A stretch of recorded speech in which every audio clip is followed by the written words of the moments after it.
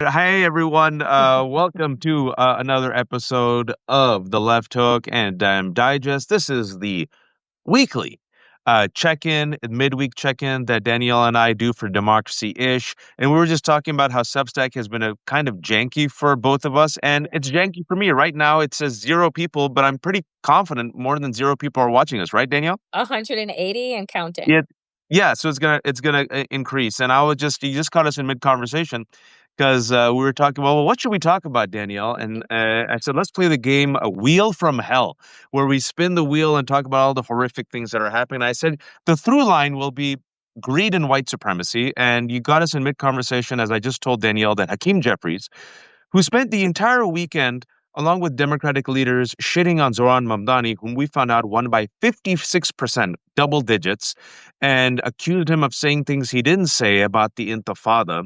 Now, just about an hour ago, came out and lashed out at Donald Trump on Twitter because Donald Trump called Zohran a communist. And that goes to show you that he's a threat.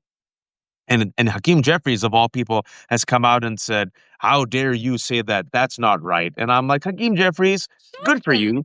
Yeah, But okay. this is what he said, quote, and stop lying about Assemblyman Mamdani. He's neither a communist nor a lunatic. And New York City doesn't need to be saved by a wannabe king. Besides, you're too busy destroying America with your one big ugly bill to do anything else. Danielle. I mean, so here's my feeling about Hakeem Jeffries and the establishment Democrats. Instead of paying inside the Beltway consultants to figure out how to talk to young people, which was, remember when we talked about in Democracy-ish, the SAM, which was like single, like alone men or some bullshit, right? Was the Speaking acronym. to American men, the $25 million Speaking to that they spent. American men that they were going to spend several $1 million on. Here's an idea.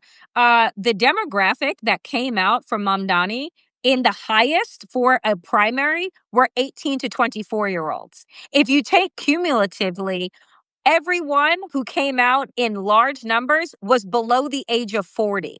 So guess who you don't have to spend money on to learn how to speak to American men, aka Sam, is inside the Beltway consultants when you have Zohran Mamdani, who cracked a major code by doing something radical. And what was that radical thing? Talking to people. Talking to actual New Yorkers, going to where they were, whether it's at concerts, on the subway, in the grocery store, at nursing homes, etc., and asking them what kind of city they want to see. What are the changes that he can offer that they want to see, and what can make New York City actually work for all New Yorkers? He did something crazy, Waj. He talked to people and got them excited about the possibility of New York not being run by billionaire hacks or billionaire puppets, but by a real person. And it's all connected, this wheel of hell, glued together by white supremacy and greed, because over the weekend, Gillibrand, Jeffries, even Swalwell, and others, who I know people might not like hearing this, are paid by corporate donors and Yep. billionaires, came out and instead of telling Americans about the Republican billionaire bill that was about to pass, this bill that is going to be the largest wealth transfer slash theft in American history, that's going to add $3.3 trillion to the debt, that is basically just extends the tax cuts for the richest people on earth by stealing from Medicaid, $1 trillion worth of cuts, taking from SNAP, shutting down nursing homes, rural hospitals, but somehow, Danielle, giving billions of dollars to private prisons and ICE. And we'll talk about that in a second. Instead of talking about that, they came out and smeared Mamdani. And so I'm sitting there, oh, now you're against the smearing of Mamdani. What did Mamdani say over the weekend? He said we shouldn't have billionaires, and he criticized capitalism. And wait for it. Oh, the moderate Republicans. There's so many. Oh, the Democrats, how they courted the moderate Republicans. Remember that? They wouldn't have a Palestinian speaker in the 2024 DNC, but they had Adam Kinzinger and Liz Cheney and all these Republicans. Well, can you tell the people what moderate Republicans did when it came to the Republican billionaire bill? Nothing. I mean, They you look passed at it. what they passed it, right? Like, so here's the thing. You had Lisa Murkowski, who was hailed as, being the pearl clutching moderate that she is. I feel so bad, but I just had to sell out America for a scrap of what I could give to the people of Alaska. I know that it's bad, but like it is what it is. And, even a broken clock is right twice a day. And I give Rand Paul being right maybe once a year when he said that she sold out the American people for a bailout for Alaska, and that was 1,000% the truth. Yep, And when she absolutely. tried to worm out of that, She still is. She still is trying to worm when out of it. asked by a reporter directly, and she stood there blankly staring at him, clutching her pearls, saying, I mean, I'm being sent to Congress to help the people of Alaska. Alaska is not a fiefdom. Okay, Murkowski? It is not. And by voting down that bill, you would have saved the people of Alaska as well as the rest of the country. But you're a self-serving, mealy-mouthed, obnoxious, disgusting Karen of all Karens. And I want to say worse words, but I will leave it at that. But, every time that Democrats want to pin their hopes and dreams on some moderate, compassionate conservative to rescue them, to link arms with. They link arms so that they can drown them, Waj. You know what I'm saying? They link arms so that they can stuff them to the bottom. And so instead of recognizing the changing of the winds, the changing of the guards that are necessary inside of the Democratic Party in order to combat this monster, this fascist monster regime that we're dealing with, they would rather eat their own. And so I love it because I said this on Democracy-ish on Monday. Allow the Democratic Party and Republicans to continue to reveal who they are to the American people. Allow us to really understand that there is no difference. And when I say no difference, I mean that they receive the same welfare checks from billionaires. They have the same sugar daddies. They get the same money. Now, they may do different things. One is building concentration camps, and the other will give you incremental change in terms of education. But when you look at the sum of the whole of things, right? Who is worse to you? What MLK referred to as the white moderate that is happier with a controlled peace than actual liberation, or the Ku Klux Klanman and the MAGA person who spits in your face? Because given the opportunity to have the full breadth of Congress as Obama did, to have what did we really get? We really got a whole bunch of fucking compromise. So Mamdani to me represents a pathway forward. He represents this idea that we can have a new party, that we don't have to succumb to to either or, right? Democratic, socialist, whatever it is that you want to call it. We need a party that is powered by the people and represented by people who actually know what it's like to live in this country, to strive in this country, to struggle in this country. And that's who he is. And that's why I think he represents such a big threat. I was in conversation with Dave Sirota about this, about why Zohran Mamdani is so threatening. Yes, we could talk about his brown skin. Yes, we could talk about his Muslim name. It's because the establishment that you're talking about, the 1% that feeds both sides, right? They tried everything, folks, to come after Mamdani, right? They spent millions to prop up Cuomo. They actually backed Cuomo, a sexual predator. They brought out Bill Clinton. They brought out Clyburn. They brought out Lawrence Summers. They brought out the works, and it still wasn't enough. The band still beat Cuomo by double digits. And the reason why I think he represents such a threat, and why I think Democrats are not paying attention, but guess who is paying attention? Steve Bannon and others. If you listen to MAGA, they're like, pay attention to Mamdani, pay attention to AOC. Because they realize these guys are saying something that might actually win over some MAGA voters. It's because the 1% tried everything and said, and is so used to getting everything that they want, and the people still rejected it. The people still said, nah. And not only did he barely win, he won by 12%. So they thought AOC, and they've been trying to destroy AOC for, God, what, 7 years now? Mm-hmm. AOC is an outlier. Fine. Lefty. We'll just call her the squad. But what happens when the idea starts spreading? What happens when these fight the oligarchy tours are being populated by all these white folks in rural counties? What happens when more and more people are waking up to the fact that it's the 1% screwing the rest of us? What happens when there's a No Kings rally and there's millions of people?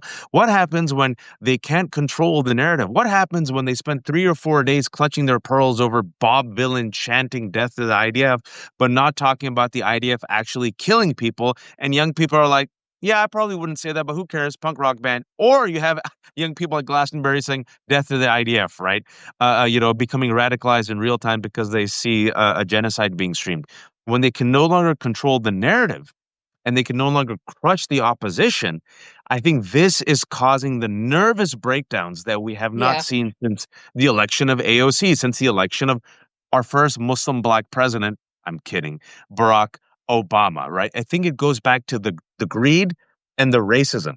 And speaking about the greed and the racism, yet another example of white supremacy and capitalism is that big billionaire bill, in addition to adding to the deficit, cutting Medicaid, cutting nursing homes, cutting rural hospitals, adds billions of dollars, Danielle, to ICE and private prisons. And it's not a surprise that Donald Trump went to Florida, where Danielle, in 8 days, the government can find money to create a modern concentration camp, but it can't find money to help Americans with infrastructure or healthcare. It is not So, even, I call it the concentration camp. I don't even want to use the yeah, word Alcatraz, and alligator, people, whatever. and it was great because one of the commenters yesterday, I forget what fucking show I did, but they called it Alligator Auschwitz. And I said, that's actually what it needs to be because Alcatraz was a prison for criminals, right? Auschwitz was a camp for innocent people that Hitler did not like and wanted to exterminate. So, what we know, right, from the abduction of the 230 plus men that were sent to CCOP, according to 60 Minutes, is what? That 90% of them had no criminal background whatsoever, never been arrested, never gotten a ticket, right? Never were stopped for anything. These people are being arrested from their jobs. So when Donald Trump sits in front of a presser yesterday and says that, oh, we're going to fill it with the most criminal, the biggest criminals and the most heinous, who? But black and brown people that have tattoos, right? Because or black and brown people that you just pick up from their jobs, from the nail salons, from the farms, from in front of IHOP, from traffic stops, right? There are no hardened criminals, and we've already been shown that there are no hardened criminals that they are picking up, right? That they are just using ICE and now pumped from to $40 billion. They are literally, Donald Trump is expanding his Gestapo because who's not going to sign up? Right? Yep. $40 billion. And let's be clear, because he probably ain't gonna pay these ICE agents anything like that. These are all kickbacks that these mega donors who gave to his super PAC and gave to Satan's super PACs that are getting these contracts, right? Like, it was laid out very clearly in a Rolling Stone article on Monday that it was these two businesses that are run by mega donor Republicans that had given Wash, I think, $2.3 million to Donald Trump and his library, that had given $1 million to DeSatan's PAC when he was running for president. And they are the ones that are building these concentration tent facilities. And I don't even want to use the word building, because a building would give you the idea that there's brick or there's concrete or there's anything. They are fucking constructing tents on top of a tarmac. Tents in an area that sees some of the biggest hurricanes, right? Tents in the Everglades where there are mosquitoes and alligators and all of these things that they are cheering and selling merchandise for, because that's how sociopathic that they are. Hats on alligators, folks. And I MAGA, said to MAGA and ice myself, hats on alligators. these are the same, folks, you got to understand where the bloodline runs. These are the descendants of the people who took pictures at lynchings and sent I was I postcards. was gonna go These there. are the descendants of people, right, who used to maim and take apart Black people's bodies and send them in the mail as souvenirs. Right? These are the people that literally fed Black babies to alligators. Right? Like, this is real life shit that happened in America, folks. This is not hyperbolic. This is not Danielle on one of her rants. This is real shit. So you wonder, you think that, oh my God, racism will die out. No, it doesn't. It spreads like a cancer and moves through generations like a fucking virus. And unless it's taken out by the root, it will continue to expand. And so you look at these people, oh my God, where did they come from? They were the people whose families were dressed up while Black bodies hung from trees. Okay? Picnics. Like Picnics. having picnics, right? Under death. These are the same descendants of people who built churches on top of slave torture prisons. So, like, let us be clear who these people fucking are, because they've always existed. No, good rant and amen. This is how it's always been in America, folks. So am I shocked by it? Of course, you should be shocked by it due to the naked cruelty of it. You should be shocked by the fact that this country can find money to build a concentration camp in Florida surrounded by alligators, and not just a concentration camp, but put thought and creativity behind it as well, right? Where there's no regulations or oversight and it's in the pathway of hurricanes, and then have alligators surrounding it, because God forbid if someone escaped, you want to make sure the alligators get fed. But American children can't get fed, right? American children will go hungry because there's no SAP. We don't have money for that. You won't have schools. You got to cut money from public schools. That's what's also going to happen. So have the people dumber, have the people hungrier, have the people sicker, have them work until they can't. And once they are done, they become expendable because they're unproductive people. So most likely they'll commit crimes, because that's what happens. And most people who are in prison, America houses more prisoners than any other country in the world, incarcerates more people than China and India. And China and India have a population of more than 1 billion. 80% of folks in prison are poor. 80% of people in American prison are poor. So when you have a poor, desperate, hungry, sick population, they're most likely going to commit crimes. Even when they don't commit crimes, like brown folks like Kilmar Abrego Garcia, doesn't matter. They'll just pick them up anyway and throw them into more prisons, more concentration More camps, prisons, more money. more money. The one group that got the one industry whose stocks rose up right after it was announced that Donald Trump was elected was private prisons. It's all connected. And there was a trailer that came out yesterday. I saw this movie so many times as a kid. I love this movie. Arnold Schwarzenegger was in this movie called Running Man. It was based on Stephen King's 82 book, which imagines a dystopian future where prisoners are in the 87 version. It's prisoners who have to go through this gauntlet where essentially they're assured death, and the one person who survives gets freedom. Well, Kristi Noem a couple of months ago pitched a reality show in which immigrants Real life. get to fight each other for citizenship. And then The Running Man, the reboot just came out, where it isn't just prisoners, it's pretty much like Squid Games. Anyone who's like desperate for money, they get to compete in this game to the death. And now the game is like they have to survive for a month and anybody can kill them. And people say, I tweeted this out and I said, tweeted this to Stephen King. I said, Stephen King, that book came out 40 years ago. And sadly, I think you're going to give ideas to the GOP. I just finished watching Squid Games season 3, and I'm like, I could see this happening in about 5 to 10 years. And then you go back to the Kristi Noem. You think that's short of a time? It's like, you think that's short of a time?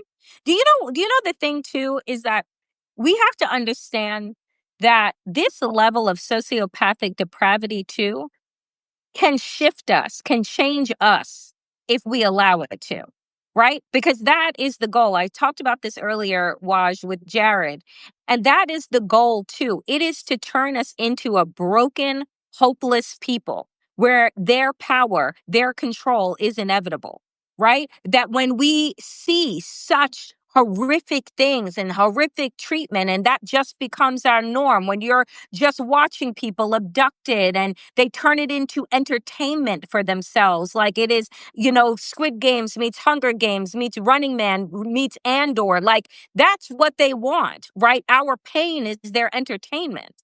And I'm like, and if we fall down this path where we don't insulate ourselves, we don't find something that roots us to keep us whole from how they are trying to break us apart, like we will succumb to believing that this is the norm, that their behavior is the norm, and it will continue to be normalized. And we refuse to normalize it here, which is why we say the words that need to be spoken. It's white supremacy, it's racism, it is not economic anxiety, it is cruelty, it is greed, it is the oligarchy, it's the broligarchy. And you do not have the type of outrage and the necessary words and the necessary fight being displayed that the Democratic leadership, because the Democratic leadership, folks, bringing things back full circle, wants restoration. They want to go back to the way things were, the 90s, Bill Clinton, neoliberalism, right? Biden was a transitional president, but even Biden, he went as far as he could, but he still kept talking about restoration. This is not who we are. And every time Biden said, this is not who we are, I always said, this is exactly who we've always been. It is the Statue of Liberty welcoming people, and then it's a bunch of people in the hoods uh, stringing you up by the tree, or killing you if you're a Chinese laborer in California, or beating you up if you're a Latino, right? Or killing you if you're gay, lesbian, and transgender. And speaking about how it's the same old story, it's white supremacy and greed. They're willing to burn America down for billionaires and white supremacy.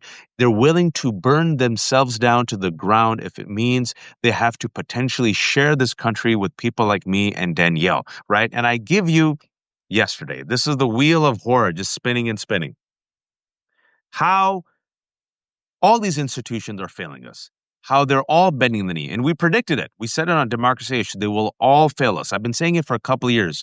Corporations and the institutions will pave the road towards fascism. You can go read it. I've been saying it for years, right? UPenn yesterday decides to bend the knee to Donald Trump and MAGA's attacks on DEI and LGBTQ folks.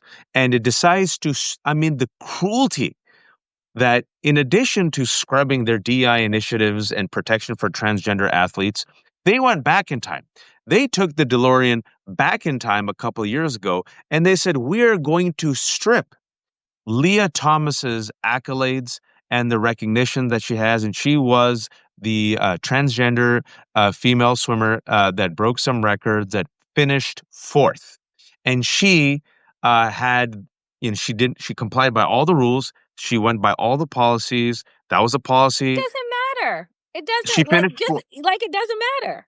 yeah, and she finished fourth, and she finished ahead of the alpha Karen, Riley Gaines. Oh, Riley Gaines, she's been so mad because Riley Gaines finished fifth behind Leah Thomas. And the right wing used Riley Gaines as a sob story to go after transgender athletes. And now there are more anti transgender bills than transgender athletes in America. And Leah Thompson is erased so that Riley Gaines could finish fourth. Such a, I mean, it's such a horrific but beautiful example of white fragility, white supremacy, of white privilege, but at the expense of the most marginalized. Your And take on this? here's what, yeah, because here's what I'll say, because I really I want us to be really clear about the language that we're using, because the desire is to erase. They're not going to erase her accolades. We all know what happened. She has Mm. been celebrated and as well as demonized. And we have to do the work, right? Like this is the calling, folks. We have to do the work to ensure that regardless of what it is that they try, how many books they try and ban, how many clubs they try and shut down, how many initiatives that they try and do, how many people they try and kill, like you can't stop, right? The imagination of a people that wants to be free, right? Like you have got to understand that if we continue to go along and say, well, she was erased and she'll be erased and they're erasing Black history and they're erasing this, we're here, right? The Tulsa massacre happened, right? Oberfeld happened, right? Queer people are married, right? Like interracial people are together. Like you have to understand that the learning now is your act of resistance. Your education of yourself is your act of resistance in in in a space where they are doubling down on erasure. And I said this earlier, the fever pitch at which MAGA is at right now is so high and so loud because they are terrified. Because right now, it's even still in this moment, a Mamdani wins in Yep. this moment against Yep. billionaires. And what signal does that send to them? Holy shit. What if the money doesn't matter? Right? What if all the money that we spend, what if it doesn't matter? So we have to understand, we have to take our power and understand that we are going to be holding a both and for the longest time. It ain't going to be all good and it's not going to be all miserable, but we got to continue fighting.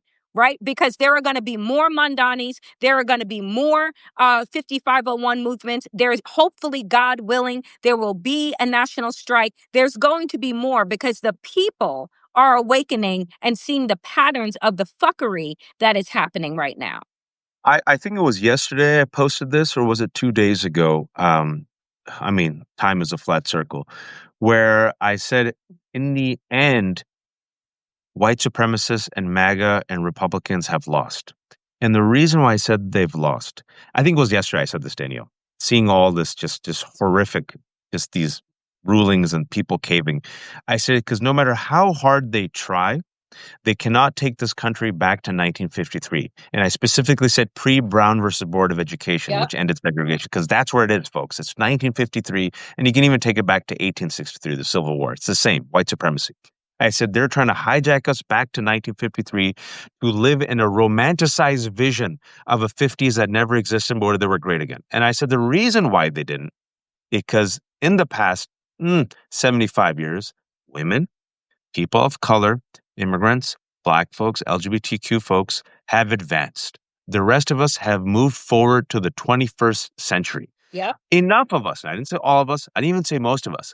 I said enough of us now have money, have power, and influence that they just can't. They can't bring us back. No matter what they do, they cannot go back to 20th century because there's too many of us that'll resist. And my fear is, and I think I'm right on this, once they realize they can't drag us back to 1953, instead of sharing the house with us, they'll burn down the village. And this is what you're seeing. I said they would rather self-immolate, either consciously, Danielle, or unconsciously. And the last 6 months of America is a self-immolation. The country has decided, a small majority of this country has decided to destroy itself. It didn't have to be this way. There's that great line in Don't Look Up, the final line of Leonardo DiCaprio, before literally the comets destroy Earth. He goes, "We had everything, didn't we?" Right? It didn't have to be this way, Danielle. It didn't have to be this way. And now 6 months of generational damage, trade wars. Moody's has downgraded our credit rating, right? The price of gas is still up. People living in fear, people terrorized, people about to lose their Medicaid.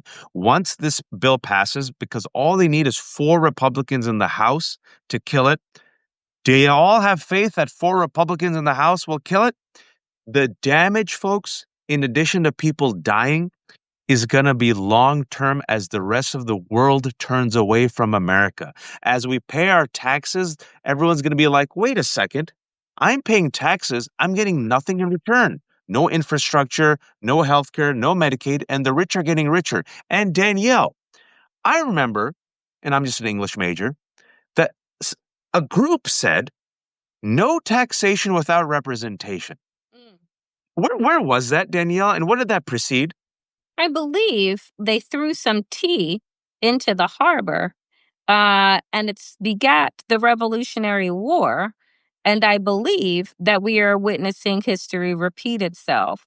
And because they don't know history, because they burn books or boycott books and are like anemic to education, they don't know. But the rest of us know. And here's what I'll say. We are moving into rapidly escalated because everything that Donald Trump and this party is going to do is about to escalate through the summer. Like it's going to be extraordinary, the amount of violence and pain that is about to happen. Um, but it's not the only thing that's going to happen because I say, look, this empire is crumbling. Yeah. America is falling. But America, like, I'm not holding on for dear life because I know that there is going to be something that comes from this and that like destruction is necessary for something to evolve out of it. The fact is that Donald Trump is a blowtorch, a wrecking ball, whatever it is that you want to call it. The people get to decide how this country reshapes itself. And, I don't know if it'll be in 4 years, 10 years, 20 years, or 30 years. But I thought to myself today, Waj, I said, I'm just grateful for the first half of my life having been the way that it was. Yeah. Right? I'm happy for the education that I received. I'm happy for the democracy-ish that we saw.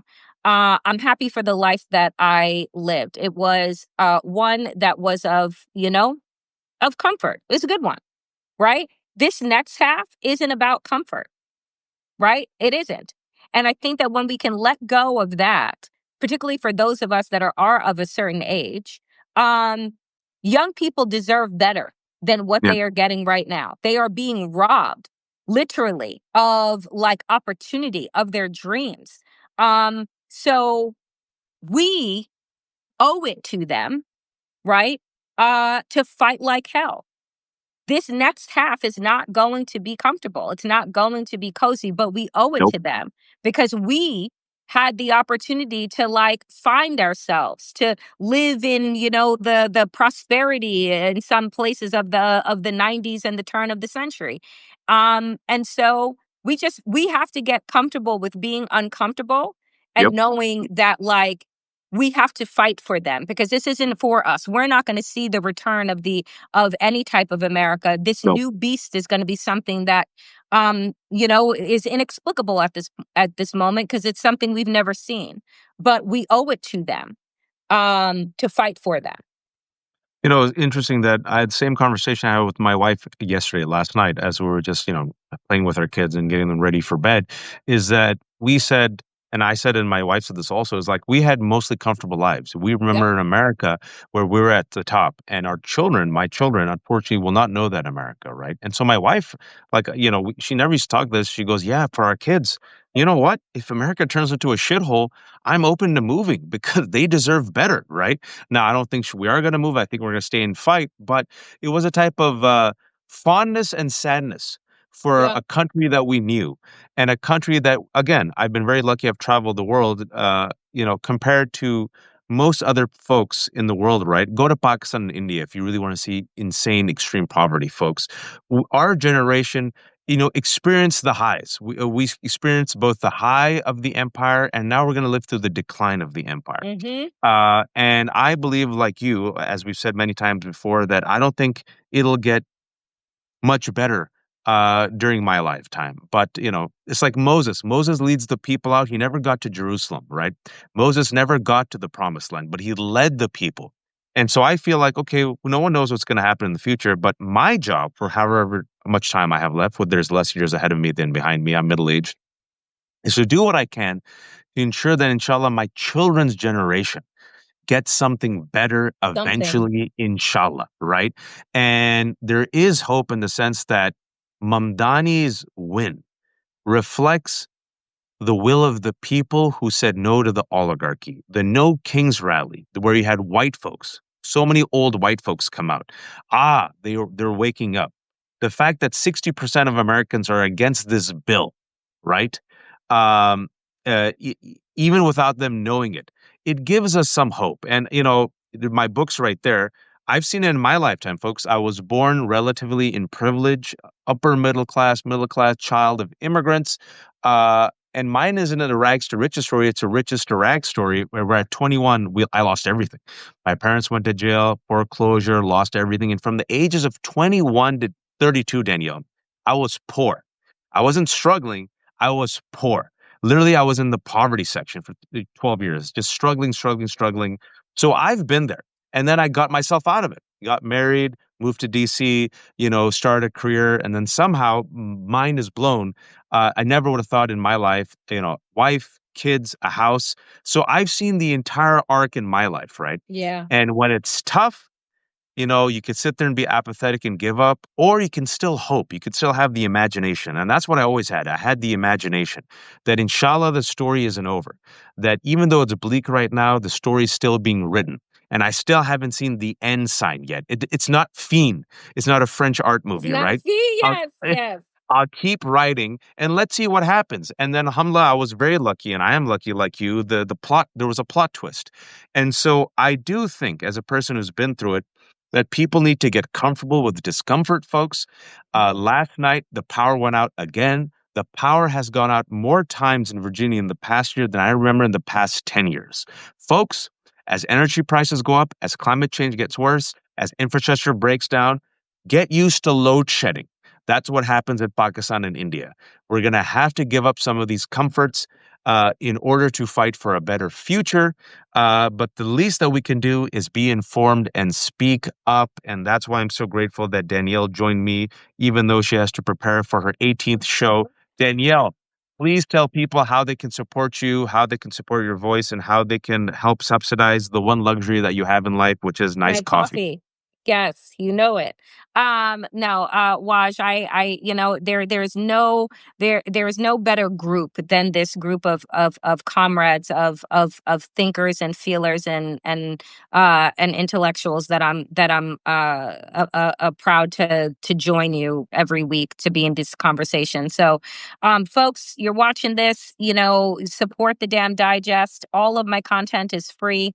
You can subscribe for free, but if you have the ability to become a paid subscriber, you will never be denied content whatsoever. But if you have the ability and the resources to become a paid subscriber, please do consider doing so. My show, The Danielle Moody Show, is live as well as Democracy Ish on my YouTube channel. YouTube, again, costs you nothing. Hit to subscribe, trying to get to 30,000. We've crossed the 25,000 threshold, and we're going to keep pushing and growing. And share the content that you see. Like, comment, subscribe, share, bolster it, because again, it helps the algorithms. But if you are able to become a paid subscriber to my Substack, The Damn Digest, to Waj at the Left Hook, please consider doing so, because it goes a long way in supporting independent voices, supporting independent media. And basically, corporate media is dead. So you want the truth, you come to wwhere the people are. And I can't see how many people are watching. If there's some nice comments, thank you. 835, and there have been a good amount of comments, tons of Yep. nice comments. People saying thank you for your voice, Waj, for your truth, and they believe in what we're doing. For the 830 people who joined, thank you for the people who joined in late. We're gonna have this conversation up in about an hour. Strongly recommend you all listen to it. There's gonna be a transcript. It's gonna be up on the Left Hook and Damn Digest. As we said, if you can, please subscribe. Danielle and I are fools, but we're not stupid. We have kept everything without paywalls because we believe people should be informed during the fight for democracy against fascists. If you have a few bucks, I got like 800 kids. Danielle needs her coffee. We'd be very grateful. And Danielle, I forgot to ask, are we back on Friday, 12 p.m.? Oh no, we're not, because because I'm going to spend time with my family. I'm not celebrating the 4th of July. I'm spending time with my family. So Democracy Ish will be live on Monday. And Waj, take the friggin' day off, for the I love of already, God. like an idiot, I booked something already because I'm a fool. So I'll be talking to Glenn Kirshner about Glenn how we're needs to creating. take a goddamn day off. All you and guys do is go live. and then Jim Acosta was like, I was planning to talk to Jim Acosta. He's like, hey man, isn't Friday July 4th? And I was like, fine, you could take the day off. We'll talk next week. Folks, I'm sub host. I just forgot. I'm sub guest hosting for Mary Trump today. Mary Trump has a live show. It's at 6 p.m. So join us on Mary Trump Live and join me and Danielle on Monday, 12 Monday. p.m. Eastern Time, Democracy Ish. It's at Danielle Moody on her YouTube. Please, please, please subscribe. Everyone, be kind, be empathetic, and don't be a fascist. Thank you, Danielle. Thank you, my friend.